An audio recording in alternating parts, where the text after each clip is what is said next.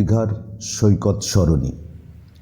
দুপুরের রোদে বালির উপর যেন আগুন জ্বলছে। সশব্দের ঢেউ আছড়ে পড়ছে কূলে।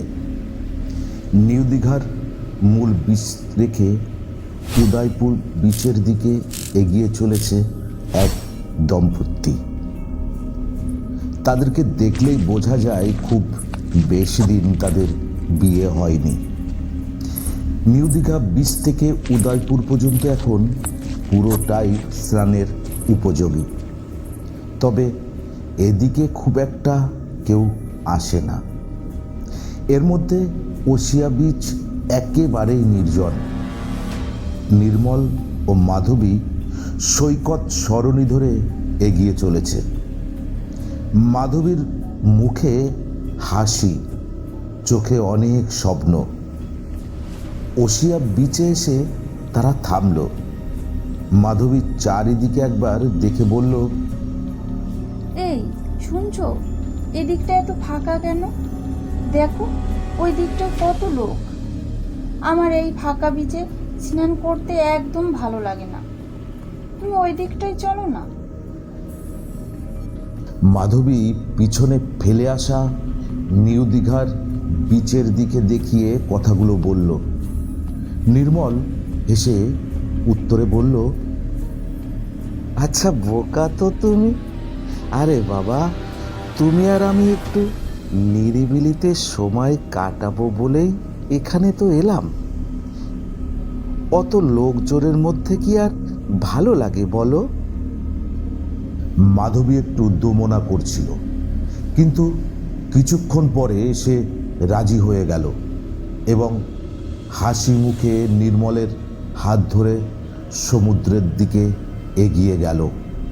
ওশিয়া বিচের পর্যটকদের বসবার জন্য সুন্দর ব্যবস্থা করা আছে, কিন্তু দুঃখের বিষয় এখানে কেউ তেমন আসে না, তাই বসবার জায়গাগুলি সব ফাঁকা পড়ে আছে। তারা দুজনে ধীরে ধীরে জলে নামলো। প্রথমে হাঁটু, তারপর কোমর, তারপর বুক পর্যন্ত জল।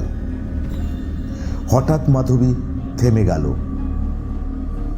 নির্মল, আমার খুব ভয় করছে। আমি আর গভীরে যাব না। চলো না, আমরা একটু পাড়ের দিকে যাই।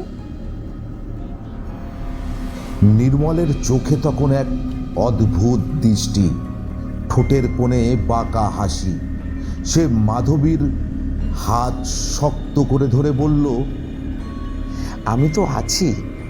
তুমি মিছি মিছি ভয় পাচ্ছ। ভয়ের কিচ্ছু নেই।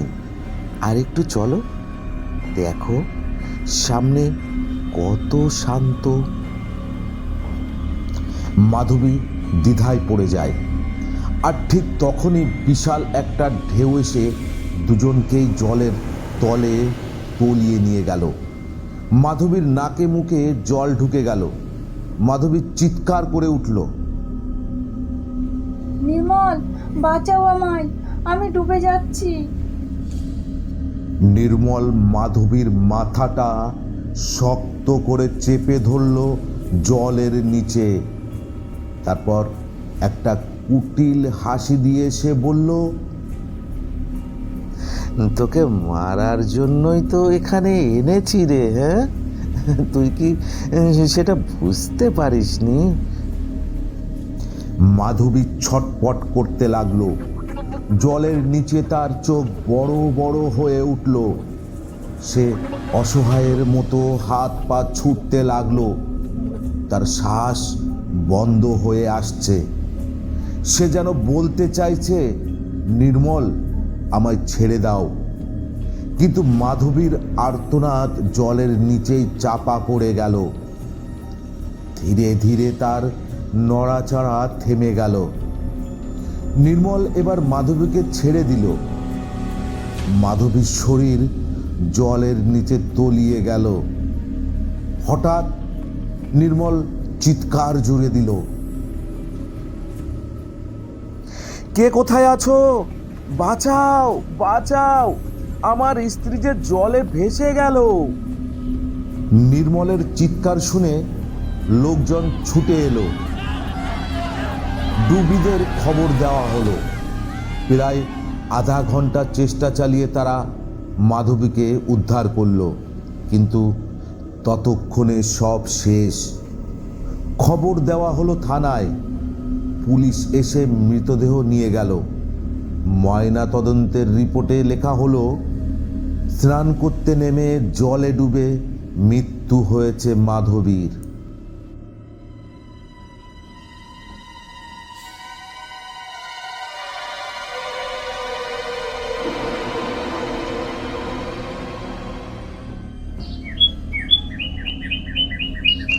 তখন সবে ভোর হয়েছে। লোকজন তেমন কেউ এখনো রাস্তায় বের হয়নি। একটি ছোট্ট 3 চাকার ট্রাক এগিয়ে চলেছে সৈকত সরণি ধরে। ট্রাকে বসে আছে দুজন, রামু আর লখাই। তারা সাফাই কর্মী। ওসিয়া বিচের জঞ্জাল স্তূপের সামনে এসে তারা গাড়ি দাঁড় করালো। গাড়ি থেকে নেমে রামু সমুদ্রের দিকে তাকালো। সে সমুদ্র প্রতিদিনই দেখে, কিন্তু আজ সমুদ্রের গর্জন যেন অন্য রকম। রামু একটু থেমে তারপর বলল, লকাই শুনছিস? আজ কেন জানি মনটা মোর বড্ড কু ডাকছে রে। তোর তো সব কিছুতেই আলাদা কিছু লাগে বটে। না রে, যখন ঘর থেকে বেরোচ্ছিলুম বউটাও পিছু ডেকে বেরুতে না করছিল। রামু বেলচা দিয়ে জঞ্জাল তুলে গাড়িতে ফেলছিল। হঠাৎ সে চিৎকার করে খানিকটা পিছিয়ে আসে। লখাই দৌড়ে এসে তাকে বলে, কি হয়েছে? অমন করে চিল্লাস কেনে? রামু কাপা কাপা হাতে জঞ্জালের দিকে দেখালো। ওই দেখ, ওটা কি? হাত বলে মনে হচ্ছে কোনো মানুষের হাত। ওরা দুজন দেখলো জঞ্জালের মধ্যে থেকে বেরিয়ে আছে একটা মানুষের হাত। আঙুলগুলো কুঁকড়ে আছে, যেন কোনো কিছু আঁকড়ে ধরবার চেষ্টা করেছিল। লখাই কাছে গিয়ে দেখলো, ভয়ে তাদের মুখ ফ্যাকাশে হয়ে গেছে। খবর পেয়ে পুলিশ এসে মৃতদেহ নিয়ে মর্গে পাঠিয়ে দিল। ময়না তদন্তের রিপোর্ট দেখে তো পুলিশের চোখ কপালে। রিপোর্টে মৃত্যুর কারণ শ্বাসরোধ, কিন্তু অবাক করার বিষয় হলো গলায় কোনো দাগ নেই, শরীরেও নেই কোনো আঘাতের চিহ্ন। অফিসার বিড়বিড় করতে লাগলো, এটা কিভাবে সম্ভব?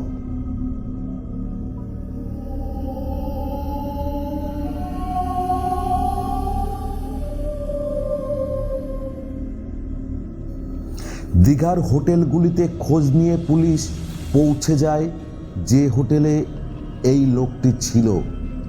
গতকাল রাতে যখন লোকটি ফিরল না, হোটেল কর্তৃপক্ষ সকালে থানায় যাবে ঠিক করে, আর তখনই পুলিশ এসে হাজির। এতক্ষণে লোকটার পরিচয় পাওয়া গেল।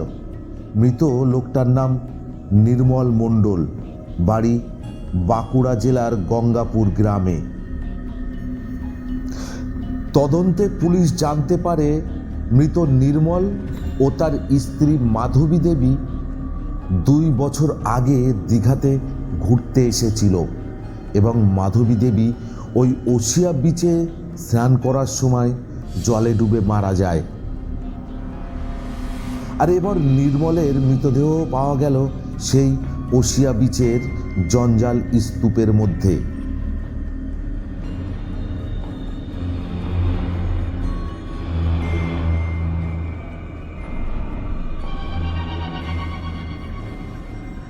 পুলিশ নির্মলের গ্রামে গিয়ে জানতে পারল নির্মল ও মাধবী দেবীর মধ্যে প্রায় ঝগড়া অশান্তি লেগেই থাকত।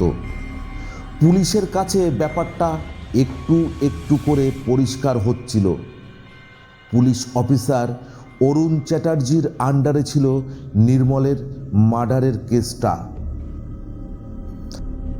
তিনি মনে মনে ভাবলেন, এই দুটো মৃত্যুর কোনো না কোনো যোগসূত্র অবশ্যই আছে।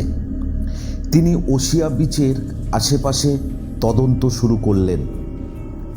স্থানীয়রা অনেকেই বলল, ওই বিচে নাকি রাতে একটি মেয়ের করুণ কান্না শোনা যায়। সেদিন রাতে ঠিক কী হয়েছিল সেটা কেউ জানে না। এর মধ্যে একদিন থানায় নিজ কেবিনে চেয়ারে বসে ওসি অরুণবাবু নির্মল ও মাধবীর মৃত্যুর কেস ডায়েরি নিয়ে ভাবছিল। হঠাৎ দরজায় বেলটা বেজে উঠল। ভেতর থেকে অরুণবাবু বললেন, খোলা আছে, ভেতরে আসুন। অরুণবাবু দেখল একজন মাঝবয়সী লোক অরুণবাবুর রুমে প্রবেশ করল। চেয়ার টেনে তাকে বসতে দিয়ে অরুণবাবু বললেন, কে আপনি, আর কি দরকার এখানে এসেছেন? বাবু, আমি সন্তোষ। সমুদ্রে মাছ ধরা আমার পেশা। ওশিয়া বিচের ওই মার্ডারের ব্যাপারে আমি কিছু বলতে চাই। সন্তোষের কথা শুনে ওসি অরুণবাবু চেয়ার ছেড়ে উঠে দাঁড়ালেন। রহস্যের গন্ধে তার চোখ দুটো চকচক করে উঠল। তিনি বললেন, কি বলছেন আপনি জানেন?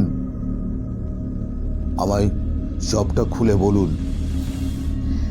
বাবু, বিশ্বাস করবেন কি না জানি নে, তবে সেদিন আমি যা যা দেখেছি সেটা আপনাকে বলছি। সে রাতের কথা মনে পড়লে ভয়ে আমার শরীর ঠান্ডা হয়ে যায়। আমি দেখলাম একটা লোক সমুদ্রের কূলে সানের উপর বসে আছে। তখন হয়তো রাত 10টা কি 11টা বাজে। বিচে একটাও লোক নেই, শুধু ওই লোকটাই বসে আছে।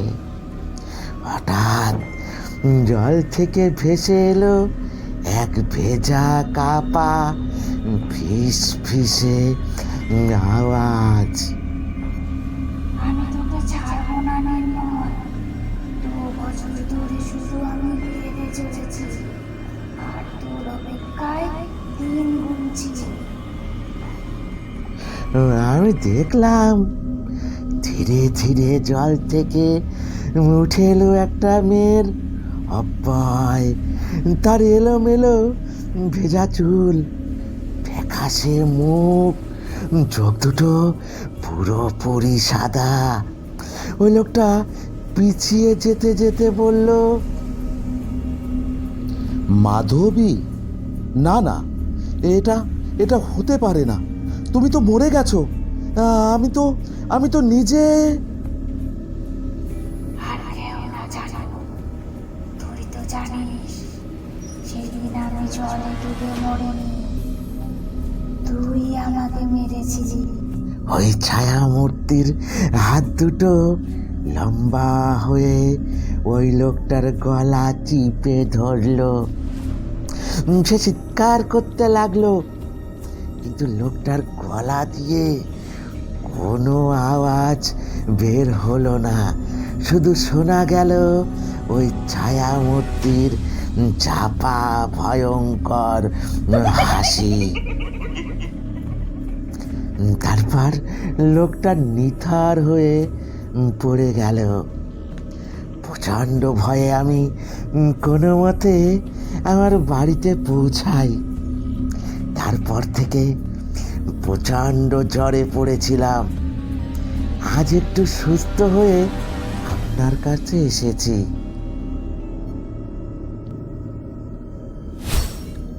সন্তোষ জেলের মুখে সব শুনে অরুণবাবু একটা দীর্ঘ নিঃশ্বাস ছাড়লেন। বুঝলে সন্তোষ, মানুষের বুদ্ধি চেষ্টা যেখানে শেষ হয়ে যায় সেখান থেকে শুরু হয় নিয়তি। নিয়তির বিধান থেকে কারো রক্ষা নেই। কর্মফল তোমায় পেতেই হবে। তুমি যেতে পারো, তবে শোনো, এসব আর কাউকে বলতে যেও না যেন।